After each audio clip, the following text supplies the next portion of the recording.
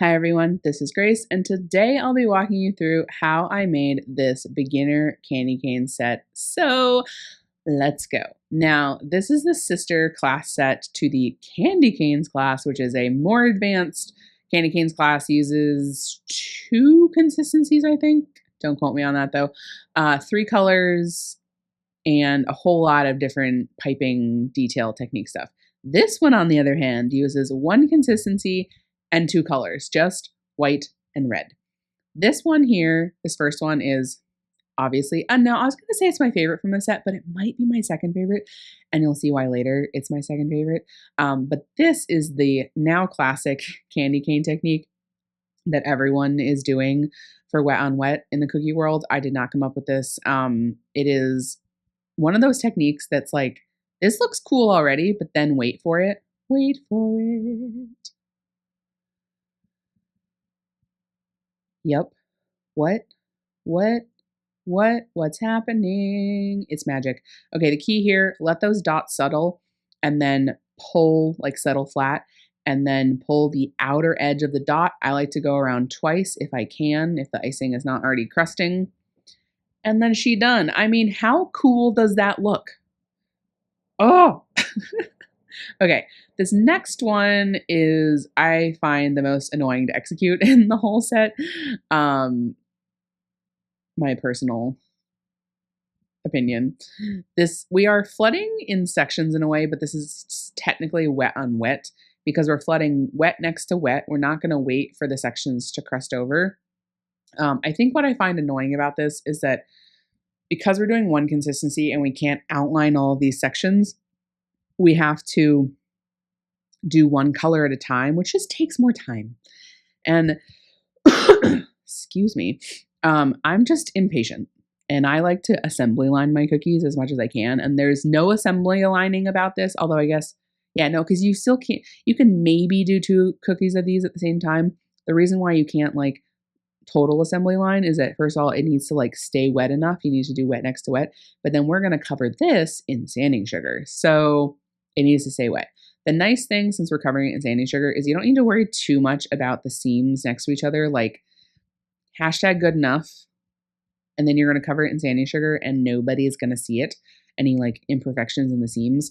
It is important that you give a hardy border around the edge. So you don't flood all the way to the edge because the sanding sugar is going to weigh the icing down and it's going to naturally want to spread out quite a lot. While the icing is still wet, you can always finesse it like I'm doing here. Use your finger, use a scribe, whatever. And then she's done. That's like, I feel like, a more classic candy cane look. This next one, I'm trying to remember what this is. Let's talk about coloring red icing. Now, I would say for this set, like, you don't need to strive for a bright red. It's okay if it's not a bright red.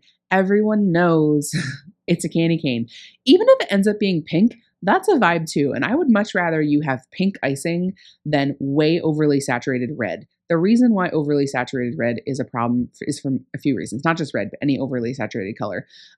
Too much food coloring results in the icing drying weird and kind of crumbly. There's more likely to have color bleed.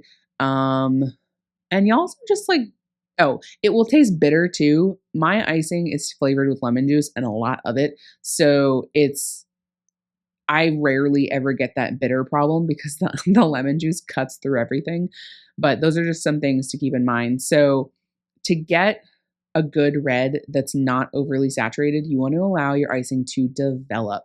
What does that mean, Grace? I would love to tell you. So allowing your icing to develop means that you are like the icing coloring darkens over time. Even 30 minutes, an hour, 2 hours, it will darken. So the point is, you don't need as much food coloring as you think because it will continue to darken. So the longer you give it to darken, the less food coloring you need to achieve the color that you want. With a red, I recommend generally starting your icing 2 days before. I know it's a little crazy, but 2 days before, I'm going to pause on this sentence for a second because this cookie here is my absolute favorite. It is the same thing as the first one, but we're going to cover it in sanding sugar. The number 1 technique here, number 1 piece of advice, which I did not really follow with this example here, is do not go all the way to the edge and give yourself twice as much room as you think you need, because not only are you adding extra icing with the wet on wet design and like a decent amount if you're doing really fat polka dots, but you're also covering it in heavy sanding sugar.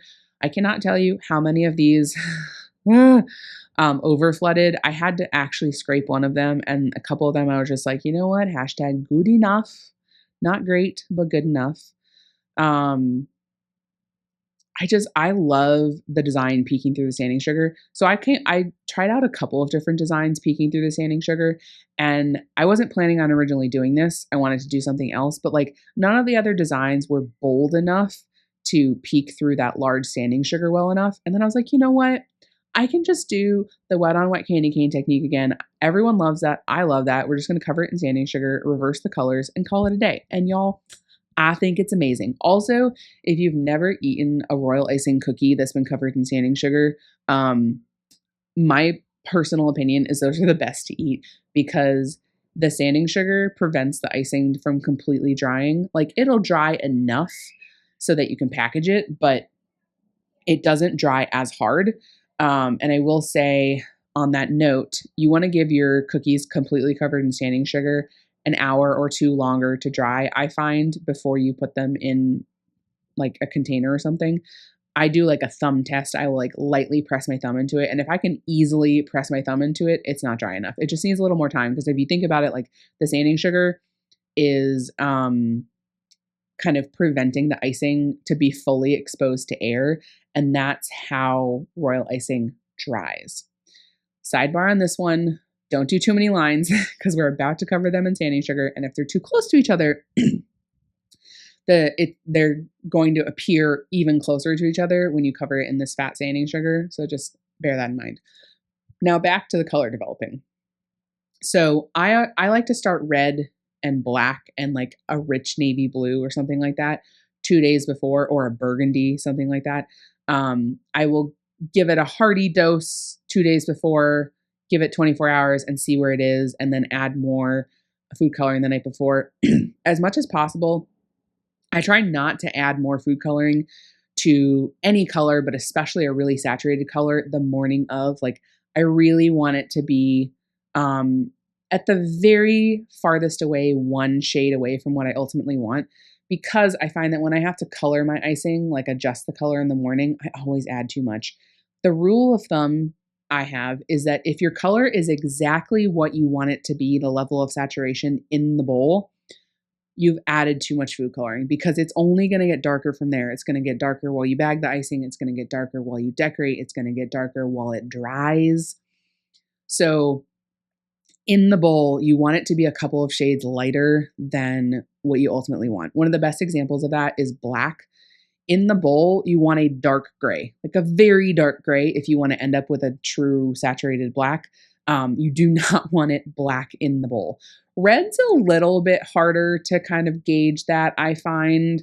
Where's the cusp of a full red versus like a slightly less than full red?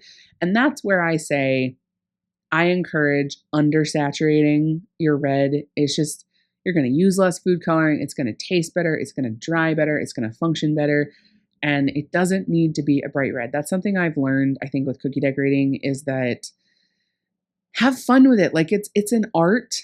Things don't have to be quite so literal. Like, you could do this candy cane set with white and green, white and blue, white and pink, white and yellow. Yellow might be a little weird, but the point is, you put these designs on the shape of a candy cane, everyone knows it's a candy cane. Also, in the real life, like, candy canes are different colors too. So maybe that's not a good example.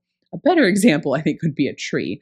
I guess fake trees are also all different colors. I don't know. This is not working so well. Maybe the snowflakes. Snowflakes tend to be just one color, right? They're white. But you can make a snowflake any color as long as you put it on a snowflake cookie and you do snowflake designs. Like, everyone's gonna know it's a snowflake. So that's my that's my preaching on colors. This one here again, make sure you're not doing too many lines. I did 1, 2, 3, 4. I did 6 lines on the inside. A couple of the cookies I made, I wasn't counting, and I did like 9 lines in the middle, which is too many on this size. in the size of the tip I was working with and the size of the sanding sugar, the lines get far too crowded. And this one here, with anything you're doing a second layer of lines with sanding sugar, you want to allow the white icing base, this is really important.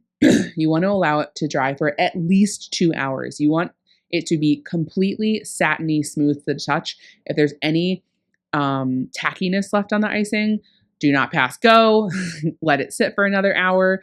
The reason I say that, I mean, you can pass go if you want to. Like, I cover my icing on my second level all the time when my first level is still tacky because I'm impatient.